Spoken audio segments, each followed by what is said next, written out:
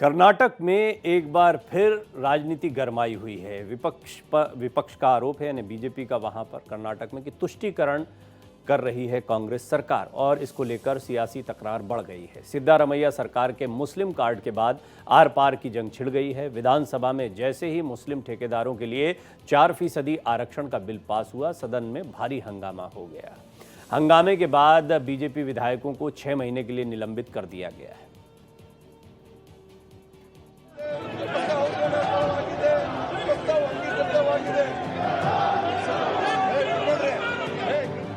कर्नाटक में मुस्लिम आरक्षण को लेकर सियासी माहौल बहुत गर्म है। बीजेपी ने सिद्धारमैया सरकार के खिलाफ मोर्चा खोल दिया है। सड़क से लेकर सदन तक बीजेपी ने हल्ला बोल दिया है। दरअसल कर्नाटक की कांग्रेस सरकार मुस्लिम ठेकेदारों को सरकारी टेंडर में 4% आरक्षण देगी। जैसे ही ये बिल सदन में पास हुआ तो कोहराम मच गया। बीजेपी विधायक विधानसभा में वेल में प्रवेश कर गए। इसके बाद उन्होंने स्पीकर की कुर्सी पर पेपर उछाले। स्पीकर के ऊपर पेपर उछाले जाने से विधानसभा में हंगामा बढ़ गया। स्पीकर के ऊपर कागज न गिरे, इसके लिए मार्शल को मोर्चा संभालना पड़ा। कहीं न कहीं यह बात आज मैं बिल्कुल खुल के कह सकता हूं कि ये जो डिसीजन कर्नाटक के सरकार ने लिया है, यह तुष्टीकरण की पराकाष्ठा है।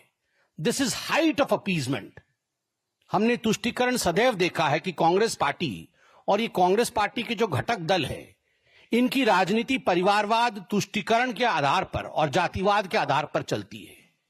मगर जो कर्नाटक में आज सिद्धरमैया सरकार ने किया है, वो तुष्टीकरण की पराकाष्ठा है।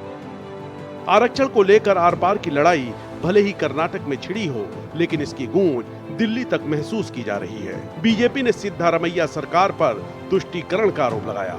साथ ही राहुल गांधी पर जोरदार हमला बोला। ये कहना अतिशयोक्ति नहीं होगा कि Rahul is unfit for a sound political decision. Rahul Gandhi कहीं न कहीं पॉलिटिकली अनफिट हैं और इसी कारण से वो तुष्टीकरण के माध्यम से और अपीजमेंट के माध्यम से अपने राजनीतिक महत्वाकांक्षाओं को आगे बढ़ाने की कोशिश कर रहे हैं। कर्नाटक में तुष्टीकरण पर राजनीति कोई नई बात नहीं। अब देखना है कि मुस्लिम आरक्षण के इस ज्वलंत मुद्दे से किसको फायदा और किसको नुकसान होगा। Bureau report, Bharat express. मामला तो आने वाले दिनों में भी गरमाएगा, इस पर बातचीत करते हैं। आइए, मेरे साथ एक अच्छा पैनल मौजूद है। डॉक्टर कौशल कांत मिश्रा जी, जो कि प्रवक्ता हैं भारतीय जनता पार्टी के, वो मेरे साथ मौजूद हैं। भरत सिंह जी, वरिष्ठ नेता हैं कांग्रेस के, वो इस चर्चा में रहेंगे, कांग्रेस का पक्ष रखेंगे। निरंजन पोद्दार राजनीतिक विश्लेषक के तौर पर यहाँ मेरे साथ पैनल में रहेंगे। तो तीनों मेहमान मेरे साथ जुड़ चुके हैं। भरत जी, मैं शुरुआत आपसे करना चाहूँगा। मुझे पहले आप बताएं, क्योंकि पिछली बार जब बातचीत हो रही थी तो ऐसा लग रहा था कि इंतज़ार किया जा रहा है कि कोई विधेयक आता है, नहीं आता है। अभी तो बात छिड़ी गई, अब तो विधेयक आ गया है। अब मुझे बताइए कि अब आप क्या कहते हैं? सभी को नमस्कार। क्या है? मैं आऊँगा भरत जी, कुछ ऑडियो का इशू आ रहा है आपके साथ में, और कुछ ऑडियो का इशू आ रहा है, दोबारा आपके पास आएंगे। मैं आऊँगा, बीजेपी कांग्रेस दोनों पर आता हूँ, लेकिन उससे पहले निरंजन जी, आप मुझे बताएं कि ओवरऑल आपका विश्लेषण इस पर क्या कहता है। क्योंकि एक तरफ कांग्रेस ने पहले ही वादा किया था, कर्नाटक की अपनी सियासत है, लेकिन रेस्ट ऑफ द कंट्री और पूरे देश की सियासत में इसका एक ऐसा मैसेज जा रहा है जैसे कि या तो बिहार इलेक्शन में थोड़ा फ़ायदा हो जाए तो हो जाए, या उस वजह से शायद इस मुद्दे को उठाया गया हो। अदरवाइज मैं देखता हूं आज जिस तरह की पॉलिटिक्स है, उसमें कांग्रेस के लिए तो बड़ा चुनौतीपूर्ण बन रहा है विषय। देखिए, निश्चित रूप से आज जिस तरीके से पूरे देश की जो राजनीतिक परिदृश्य बदला है, उसके पीछे कहीं ना कहीं कांग्रेस की ये जो बीमारी है, और ये बीमारी आपको पता होगा कि कब से लगी। ये बीमारी कांग्रेस को लगी सन 1985-86 के बाद से, क्योंकि उसके बाद में जिस तरीके से कांग्रेस ने एकाएक ऐसे फैसले लेने चालू करे कि जिसको हम तुष्टीकरण की बात कह सकते हैं। उससे पहले आप देखेंगे तो आपको ये चीज समझ में आएगी कि कांग्रेस को उस समय अल्पसंख्यक भी वोट देते थे, बहुसंख्यक भी वोट देते थे, अगड़े भी वोट देते थे, पिछड़े भी वोट देते थे। यानी कि एक हिसाब से आप ये समझ लीजिए कांग्रेस को मध्यम मार्गी पार्टी माना जाता था। लेकिन 85-86 के बाद में मेरे को समझ में नहीं आ रहा कि इनके कौन नीति नियंता है, इनके कौन इनके नीति निर्धारक है, कौन इनके वार रूम में बैठते हैं जो इनको ऐसी सलाहें देती है। और मेरे को एक चीज ये समझ में नहीं आती कि आज कर्नाटक की बात करें चाहे अन्य राज्यों की बात करें, वहां पे कांग्रेस को आवश्यकता क्या है, जो जब भारतीय जनता पार्टी इस समय हिंदुत्व की पिच के ऊपर फ्रंट फुट के ऊपर खेल रही है। और जब जब बात आती है चुनाव के बाद में जिस तरीके से परिणाम निकलते हैं और पोलराइजेशन होता है, यानी कि बहुसंख्यक और अल्पसंख्यकों के बीच में एक हिसाब से एक जिसको कहते हैं एक वर्गीकरण होता है, तो उस समय कांग्रेस कहती है बीजेपी केवल हिंदू मुसलमान की बात करके चुनाव जीत रही है। लेकिन इसके पीछे ऐसी गलतियां करता कौन है? मैं आपको एक चीज और बताना चाह रहा हूं। आप देखिए, मैंने 2018 से लेकर 2023 तक जो राजस्थान के अंदर अशोक गहलोत जी की सरकार चली, वास्तविकता आप मानिएगा कि जिस तरीके से उस सरकार ने जो उनको 2.5-3 साल मिले काम करने के लिए, बीच में 2 साल कोरोना के और उसके अलावा सरकार बनाने और सरकार गिराने का जो परचम चला, लेकिन आखिर के 2 सालों में अशोक गहलोत जी की जो सरकार ने काम किया, चाहे वो शिक्षा के क्षेत्र में काम किया, चाहे वो स्वास्थ्य के क्षेत्र में काम किया, वो अभूतपूर्व काम किए। लेकिन उसके बाद में भी जो इन्होंने कहा था कि रिवाज बदलेगा, राज नहीं बदलेगा, लेकिन उसके बावजूद राजस्थान का रिवाज क्यों नहीं बदला? केवल एक ही कारण था कि इनको तुष्टिकरण की बीमारी लगी हुई थी। कैसे वो ऐसे कि एक ही प्रकार की 2 दिन के अंतराल में मैं आपका पॉइंट बिल्कुल और समझ गया। आपकी बातें जो हैं वो मुझे बहुत सारे पॉइंट्स जो हैं बहुत वैलिड लगते हैं, मुझे भी लगता है। हालांकि कर्नाटक की सियासत बहुत अलग है और इमीडिएट अगर हम कोई इलेक्शन का फायदा देखें तो बिहार ही है अगला इलेक्शन। अब बिहार में मुस्लिम मतदाता जो है वो कुछ क्षेत्रों में, और ख़ास तौर पर तब जबकि कांग्रेस पूरी स्ट्रैटेजी के साथ लड़ रही है, तो कई जगहों पर जहां AIMIM भी अपने उम्मीदवारों को उतार देते हैं, जहां पर हम देखते हैं कि मुसलमानों को साधने का प्रयास JDU भी करती है, RJD तो खैर लगी ही रहती है, तो कांग्रेस हो सकता हो अपने वर्चस्व को इसमें बढ़ाना चाह रही हो। आप कुछ अपना पॉइंट ऐड करना चाह रहे हैं निरंजन जी, आप अपनी बात बोलें, फिर दोनों पार्टियों के प्रवक्ताओं से भी हम बात करते हैं। देखिए, आज की तारीख में जिस तरीके से भारतीय राजनीति की स्थिति हो गई है, या तो एंटी बीजेपी या प्रो बीजेपी, अब इनको ये चीज समझनी चाहिए कि आप अगर तुष्टीकरण की राजनीति नहीं भी करेंगे तो भी कहीं ना कहीं जो मुस्लिम वर्ग है वो कांग्रेस को स्वीकार्य हो, कांग्रेस को मुस्लिम वर्ग को स्वीकार करना होगा, क्योंकि उसके पास दूसरा ऑप्शन ही नहीं है। लेकिन आज बिहार की बात करें, बिहार के अंदर भी अगर कांग्रेस मान लीजिए RJD के साथ में जाकर के गठबंधन करती है, तो वहां तो निश्चित रूप से सर्वविदित है कि जो मुस्लिमों के लिए प्रथम वरीयता जो होगी वो जो महागठबंधन है वो वरीयता होगी। लेकिन वास्तविकता ये है कि जो इन्होंने एक जो जिस तरीके से भारतीय जनता पार्टी इनके ऊपर ये ठप्पा चस्पा कर रही है कि मुसलमान कांग्रेस केवल ठीक है, मैं इसका अब दूसरा पहलू डॉक्टर कौशल कांत को चर्चा में शामिल करते हैं, एक दूसरा पहलू समझते हैं। डॉक्टर कौशल कांत, धर्म के आधार पर कोई रिजर्वेशन हो, वैसे भी रिजर्वेशन को लेकर एक बड़ी बहस रही, वो तो बहुत बड़ा विषय हो जाएगा, विषयांतर भी हो जाएगा, लेकिन धर्म आधारित भी अगर बात करें तो ऐसा लगने लगा है कि बीजेपी की जो पूरी सियासत है वो हिंदू डोमिनेंट सियासत, यानी हिंदू जैसा अभी निरंजन जी ने भी कहा कि हिंदुत्व की पिच पर खेल रहे हैं। अब अगर आप किसी पिच पर खेल रहे हैं, चाहे बहुसंख्यक समुदाय क्यों ना हो, तो कांग्रेस अपनी पिच बना रही है जैसे भी बना रही हो। प्रवीण जी, सबसे पहले तो ये समझना पड़ेगा कि कौन संवैधानिक प्रक्रिया को फॉलो कर रहा है, कौन गैर संवैधानिक प्रक्रिया को फॉलो कर रहा है। हमारे संविधान में क्लास का रिजर्वेशन है, किसी भी धर्म का आधारित रिजर्वेशन को संविधान ने गैर संवैधानिक बताया। तो जो कांग्रेस करने की कोशिश कर रही है उसके बारे में अंबेडकर साहब ने अपनी किताब में लिखा हुआ कि कांग्रेस पूर्ण रूप से समझ नहीं पाई है कि मुस्लिम तुष्टीकरण और उनको खुश करने में क्या फर्क है। ये मैं नहीं, अंबेडकर साहब उस जमाने में कह गए थे और वो बिल्कुल सटीक आज तक ठीक होता जा रहा है। हम आप केवल 4% मुस्लिम कोटा पे कांग्रेस कर्नाटका की बात कर रहे हैं, पर प्रवीण जी क्या आपको पता है जिस वक्फ के बारे में अभी बिल आ रहा है उसके प्रोटेक्शन का फंड 150 करोड़ रुपए उसी कर्नाटका में दिया गया है। 1000 करोड़ की माइनॉरिटी डेवलपमेंट यानी मुस्लिम डेवलपमेंट के लिए पैसा सैंक्शन किया गया बजट में। 6000 इमामों की सैलरी बढ़ा दी गई है। इसके अलावा 100 करोड़ रुपए उर्दू स्कूलों को दिया गया है और वहां पे संस्कृत का विरोध कराते हैं। पार्लियामेंट में जब एक सांसद महोदय संस्कृत के खिलाफ बोल रहे थे तो सारे कांग्रेसी बैठे चुपचाप सुन रहे थे, लेकिन उर्दू के डेवलपमेंट के 100 करोड़ रुपए बढ़ाए गए। 50% फीस वापस की जाएगी केवल उनकी जो माइनॉरिटी को बिलोंग करते हैं, यानी मुस्लिम्स को बिलोंग करते हैं एजुकेशनल इंस्टीट्यूशन में। इसके अलावा हर तालुका में 50 लाख के मुस्लिमों के लिए, माइनॉरिटीज के लिए हाल बनाया जा रहा है। एक बात नहीं है प्रवीण जी, चेन ऑफ इवेंट है जो ये बता रही है कि ये किस तरीके से मुस्लिम तुष्टीकरण की पराकाष्ठा पे पहुंच गए हैं। और ये बिल्कुल गलत नहीं होगा कहना कि आजादी के पहले की मुस्लिम लीग और आज की कांग्रेस लगभग एक बराबर हो चुकी है। और बिल्कुल ठीक है। मैं इस पर थोड़ा डिटेल डिटेल में आपसे बात करूंगा, थोड़ा ये विषय ना बदल जाए इसलिए बीच में आपको टोक रहा हूं। एक बहुत छोटा सा, मैं ब्रेक पर जाऊं उससे पहले एक छोटा सा कमेंट आपका चाहूंगा। आपका अश्वमेध का घोड़ा चलता रहा, हर जगह विजय पताका, बिल्कुल जनता जो है वो गदगद होकर आपको वोट देती रही, लेकिन कर्नाटक में घोड़ा पकड़ लिया गया।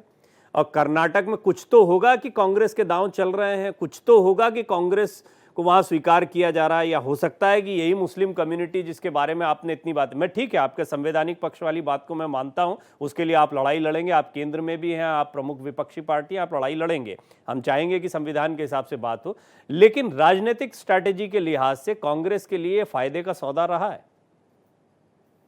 देखिए प्रवीण जी, ये लोकतंत्र है, लोकतंत्र में जनता का जो फैसला होता है वो सबको स्वीकार करना होता है। पर हम वो नहीं है कि अगर जीतते हैं तो जीत की खुशी मनाते हैं और हारते हैं तो ईवीएम पे दोष डालते हैं। हारते हैं तो हम जो संवैधानिक संस्थाएं हैं उन पे उंगली उठाते हैं। हम ये नहीं करते। हम जीत से भी सीखते हैं और हार से भी सीखते हैं, और इसीलिए अश्वमेध का घोड़ा विजयी बनकर पूरे विश्व में, भारत में फैल रहा है और फैलता जाएगा।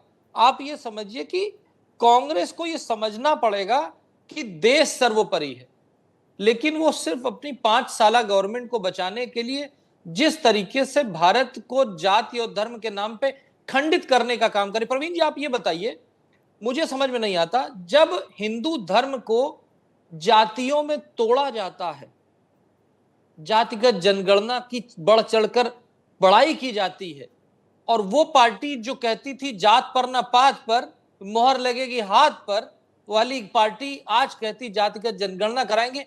जब हिंदू को विखंडित किया जाता है तब कोई नहीं कहता कि ये हिंदू आधारित पॉलिटिक्स कर रहे हैं। पर जब हम सबका साथ, सबका विकास, सबका प्रयास, सबका विश्वास के साथ पूरे देश को जोड़ना चाहते हैं, इसमें नया तो जुड़ गया ना, हम हिंदू आधारित पॉलिटिक्स कर रहे हैं। इसमें डॉक्टर साहब नया तो जुड़ गया ना, कटेंगे बटेंगे तो कटेंगे और एक हैं तो सेफ हैं, ये भी तो जुड़ गए। निरंजन जी मैं आपके पास आऊंगा, लेकिन क्योंकि अभी हम कांग्रेस की कोई टिप्पणी नहीं ले पाए और बड़ी देर से मैं इंतजार कर रहा था, तो भरत जी वही सवाल रखूंगा मैं, क्योंकि आप, मुझे याद है कि आपसे पहले बात हो रही थी, आपने कहा अरे आने तो दीजिए, अभी कहाँ आया है, अभी तो बात चल रही है, लेकिन अब तो आ गया, अब तो विधायकों को सस्पेंड तक करना पड़ा। इसका मतलब उस समय आपको भी ऐसा लग रहा था कि शायद ये ना हो, और अब यहाँ पर पैनल पर निरंजन जी भी कह रहे हैं पता नहीं कौन रणनीतिकार है जो इस तरह की सलाह देते हैं आपको। नहीं तो इसमें तो खुशी की बात है ना भाई, देश को खुश होना चाहिए, आपको भी खुश होना चाहिए, भाजपा के जो प्रवक्ता है उन्हें भी, कौशल जी को भी खुश होना चाहिए। भाई वो देश के ही मुसलमान है ना, पाकिस्तान से तो आए हुए मुसलमान है नहीं। वो तो गैर संवैधानिक बता रहे हैं। अंबेडकर जी को उन्होंने कोट भी किया, आप धर्म के आधार पर आरक्षण कर रहे हैं, खुशी की क्या बात है? नहीं, मैं तो कह रहा हूं कि भाई हमारे नेता राहुल गांधी जी कह रहे हैं ना कि जिसकी जितनी भागीदारी उसकी उतनी हिस्सेदारी। देश में जाति जनगणना करवा लीजिए ना, अगर उसके बाद में पता चल जाएगा कौन कितना और कितने आरक्षण किसको देना है, किसको नहीं देना। भरत जी ये तो बड़ी उल्टी बात हो जाएगी। अगर धर्म के आधार पर जिसकी जितनी भागीदारी उसकी उतनी हिस्सेदारी होगी, तब तो फिर बहुसंख्यक समाज हिंदुओं को सब कुछ देना पड़ जाएगा। नहीं, मैं धर्म के धर्म के आधार पे नहीं कह रहा हूँ। तो अभी आरक्षण की बात तो धर्म के आधार पर हो रही है, यही तो फंस रहे हैं आप लोग। आप ये क्यों सोचते हैं? आप आरक्षण धर्म के आधार पर देंगे, लेकिन ये बात धर्म के आधार पर नहीं करेंगे, ऐसा क्यों? नहीं, ये कैसे भाई? अच्छा ये बताइए, आप ये लोग क्यों समझते हैं कि वो हमारे देश के नहीं है? अरे कौन कह रहा है? अरे बिल्कुल है, क्या बात कर रहे हैं आप? ये तो बात ही नहीं है। आप लोग उनको क्यों तकलीफ क्यों? आप उनको अलग क्यों कर रहे हैं? यही तो बात हो रही, बहस तो यही है। अलग कहाँ कर रहा हूँ मैं? अलग कहाँ कर रहा हूँ? जिसको जरूरत है उसको हम आरक्षण दे रहे हैं। और उसके बाद क्या हिंदू, हमारे जो हिंदू भाई बहन है, क्या वहां पे जो है लाइट का फ्री दे रहे हैं क्या? उनको नहीं दे रहे हैं क्या? जो महीने में हर बहनों को पैसा मिल रहा है वो क्या नहीं मिल रहा है ये क्या? गलत बात है मुफ्त भरत में जी। जो वहां पे दवा आप दे रहे दो हैं वो दिन नहीं दे रहे पहले, हैं क्या?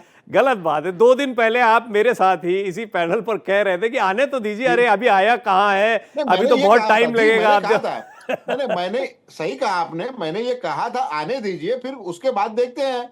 अब आ गया है तो भाई बिल तो आना था, तो मैंने यही तो कहा ना कि भाई आने के बाद बात करेंगे ना। आने के बाद मैं ये कह रहा हूं ना कि भाई जो वो मुसलमान है, इसमें तो खुश होना चाहिए कौशल जी को, और निरंजन जी को भी खुश होना चाहिए। क्या वो हमारे, ऐसा ऐसा लगता है इनकी बातों को सुन के कि मुसलमान जो इस देश के हैं इनके है ही नहीं है? मैं ये आपकी तो बात तो पराया मान समझते गया, हैं। खुश इनको होना लगता है चाहिए, कि कहीं ये बाहर से आए हुए हैं। खुश होना चाहिए, नहीं जी। लेकिन अगर इससे वहां का हिंदू समाज निराश हो कि यार देखिए यहाँ पर आपने किसी इनको, समाज को नहीं, किसी भी समाज को निराश होने की जरूरत नहीं है। हम हिंदुओं के लिए भी उतना ही कर रहे हैं जितना मुसलमानों के लिए कर कहाँ रहे हैं, आपने जितना आरक्षण दलित दिया? के लिए कर रहे उसमें हैं, बोल दीजिए जितना आप पिछड़ों के लिए 4% कर रहे हिंदुओं हैं। को भी दे रहे हैं आरक्षण, ऐसा कुछ कर देते आप?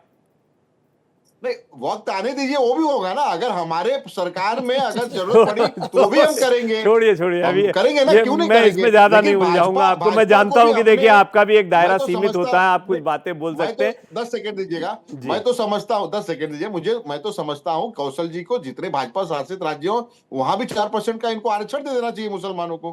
क्यों भाई इतना घबराते क्यों हो, इतना डरते क्यों हो? ठीक है, कौशल जी कुछ बोलना भी चाह रहे हैं, प्रवीण बोले जी। प्रवीण जी, सबसे पहले तो ये बता दें कि भारतीय जनता पार्टी या उसका कार्यकर्ता किसी से घबराता नहीं है। उसके लिए लक्ष्मण रेखा संविधान है। संविधान किसी भी धर्म आधारित आरक्षण को सहमति नहीं देता, इसलिए हम उसका विरोध करते हैं। और हम ही नहीं, आप देखिए आंध्र प्रदेश में कोटा दिया गया था, हाई कोर्ट ने डिसमिस कर दिया, 7 जजेस की बेंच ने। सुप्रीम कोर्ट आया, सुप्रीम कोर्ट में उस पे लगा हुआ है। तो ये हम नहीं, आप लोग कहते हैं ना संविधान खतरे में, तो संविधान का खतरा तो कर्नाटका में आपने पैदा किया। और एक आखिरी बात, 10 सेकंड की बात लूंगा। आप देखिए प्रवीण जी, नागपुर का एग्जाम्पल लीजिए। वहां पर प्रधान so called Bharatiya Janata party का, विधायक भारतीय जनता पार्टी का, member of parliament Bharatiya Janata party का, chief minister Bharatiya Janata party का, केंद्र की सरकार भारतीय जनता पार्टी की। उसके बाद वहां पर जिस तरह से दंगा हुआ, उस कौम की लड़कियों के लिए कर्नाटका में केवल माइनॉरिटी की लड़कियों के लिए सेल्फ डिफेंस की ट्रेनिंग का कोर्स चलाया जा रहा मुफ्त में। ये क्या है?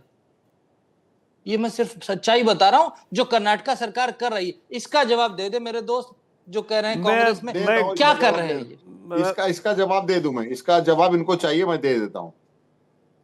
देखिए ऐसा है ना कौशल जी, कि बहुत सही कहा आपने कि सांसद आपका, विधायक आपका, मुख्यमंत्री आपका, विधायक मंत्री आपका, केंद्रीय मंत्री आपका, आपका गढ़ वहां पे जो है, आरएसएस का गढ़ वहां पे, सब कुछ सबका है। उस दंगा हो गया, और दंगा हुआ तो कैसे हुआ ये भी एक विषय है। दूसरा, आप क्या कर रहे थे भाई? क्या पूरी तरह से एकदम फेल हो गए हैं? देवेंद्र फडणवीस महाराष्ट्र में पूरी सरकार फेल हो चुकी है। जिस तरह से महाराष्ट्र में और नागपुर में खास दंगे होते हैं, अरे मैं नागपुर पे बात करने तो वाला ये हूं बताने भाई, की मेरे कोशिश पास अगला कर रहा पूरा हूं आधा कितनी घंटा नागपुर लड़ाका का रहेगा। कौम है रुक तो और जाइए उसको आप आप लोग, self defense अरे की अरे training रुक दे तो रहे जाइए, हैं। रुक जाइए आप डॉक्टर साहब, देखिए, डॉक्टर साहब, भाई, डॉक्टर साहब, सवाल डॉक्टर क्या साहब है? रुक जाइए, रुक जाइए, 1 मिनट रुक जाइए। नागपुर पे बात करूंगा, कर्नाटक से हम कहाँ नागपुर चले गए, अभी करेंगे उस पर बात बाद में। निरंजन जी, आपने दोनों को सुन लिया है। हालांकि देखिए सीमाएं होती है, पार्टी प्रवक्ता के तौर पर भरत जी ने कुछ बातें रखी हैं। हालांकि आपने अपनी पहली ही बात में काफी सारी चीजें स्पष्ट कर दी थी कि आप इस पूरे बात को लेकर क्या सोचते हैं।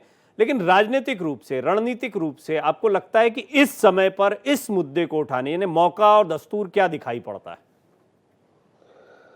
देखिए प्रवीण जी, निश्चित रूप से आपको मैं एक चीज बताऊं कि कांग्रेस के सलाहकार इस समय वो लोग हैं जो राहुल गांधी जी कह रहे थे कि कांग्रेस के अंदर भारतीय जनता पार्टी के एजेंट घुसे हुए हैं और वो कहीं ना कहीं कांग्रेस को खत्म करने की उन्होंने सुपारी ले रखी है। आज कहीं ना कहीं जो कांग्रेस के रणनीतिकार और कांग्रेस के सलाहकार, मेरे हिसाब से सारे के सारा का सारा जमावड़ा यानी कि कुएं भांग पड़ी हुई है।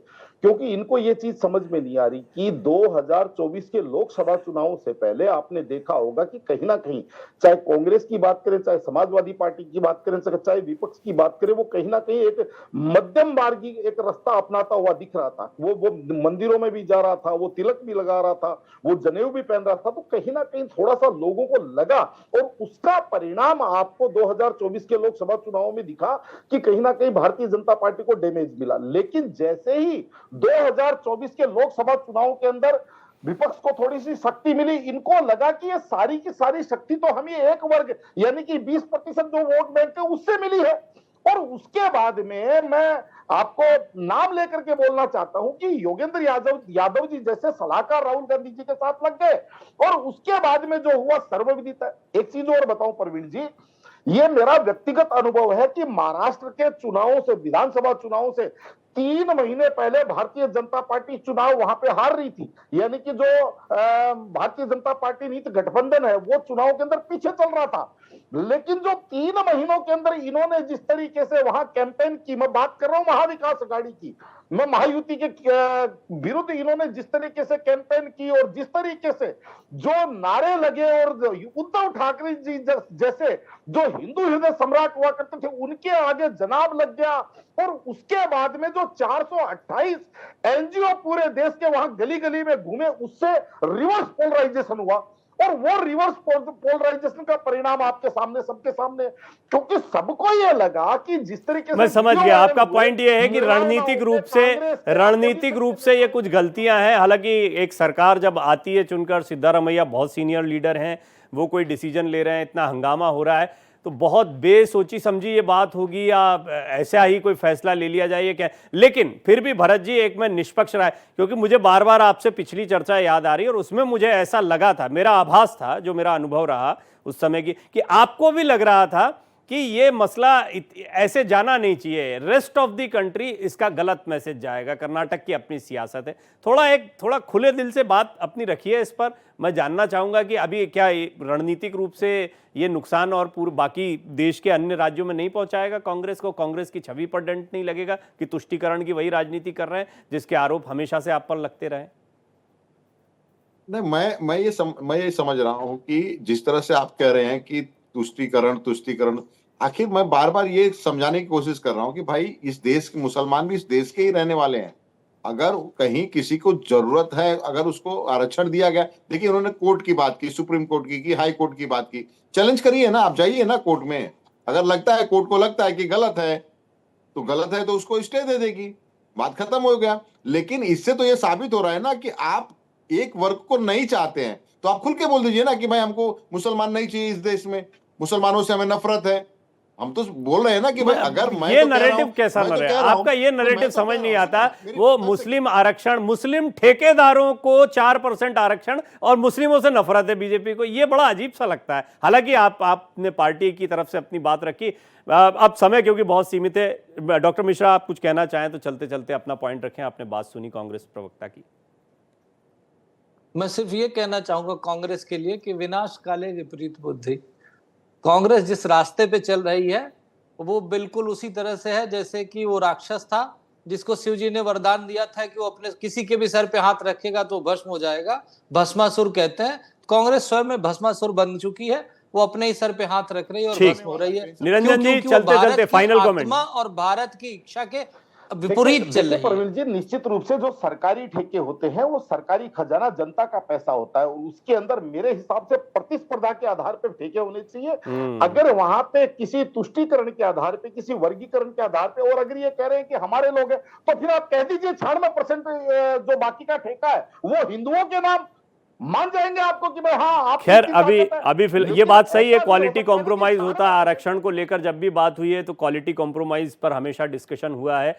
ये बात सही है कि इसका बड़ा विरोध हो रहा है, लेकिन ये बात भी सही है कि कांग्रेस एक माहौल बनाने में कामयाब हो गई है। वहां पर हंगामा बीजेपी को करना पड़ रहा है, बीजेपी प्रदर्शन कर रही है, तो मतलब कुछ ऐसा किया गया है जिससे एकदम से हलचल मच गई है। हालांकि जैसा मैंने कहा कि ये विवाद लंबा जाएगा। भरत जी जैसा कह रहे हैं कि बीजेपी चाहे तो कोर्ट में चले जाए या जो भी उनके पास न्यायिक अधिकार हैं उनके जरिए इसको रोका जाए, तो देखना होगा आने वाले दिनों में क्या होता है। आप तीनों का बहुत बहुत धन्यवाद इस चर्चा में जुड़े रहने के लिए।